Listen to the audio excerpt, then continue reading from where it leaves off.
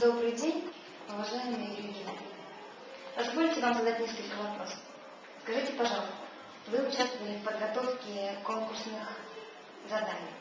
Какие ваши впечатления от конкурсантов этого года? И как, по вашему мнению, изменилась программа конкурса?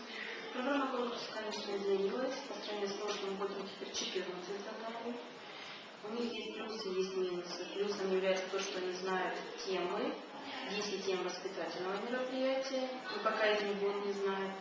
И также они ознакомлены с темами родительского собрания. Это тоже нововведение этого конкурса. То есть будут родители из Пеликана, и они будут разыгрывать родительское собрание на сцене. Что касается подготовки, трудно сказать, потому что все проявится во время конкурса.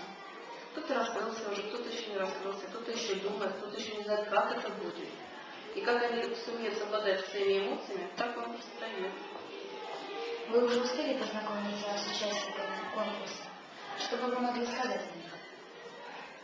Они активные, они стремящиеся, они пытливые, пытаются узнать новое. То, что было на курсах, конечно, для них это для большинства совсем новая информация. Теперь она просто нуждается в обработке, чтобы был результат. Чем нынешние пеликаны отличаются от предыдущих? Предыдущие пеликаны мне родили. Они мои, потому что я тоже прошлый пеликан 2009. Поэтому они всегда будут роднее. А эти новенькие, посмотрим, на что они способны. Ассоциация набирает обороты. И сегодня было несколько сюрпризов. Расскажите о них. Ассоциация учредила 2 приза. Первый приз – это за урок 21 века, участника профессионального конкурса «Учитель года» города Краснодара. Второй сюрприз за содействие профессионально-личному совершенствованию. И первым обладателем была Татьяна Адольфовна Ваховская, которая в каждого из нас вложила очень много.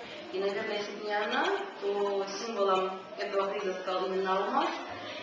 Если пусть эти грани алмаза постоянно совершенствуются. И напоследок, что бы вы хотели пожелать всем участникам? Терпения, удачи. Спасибо большое.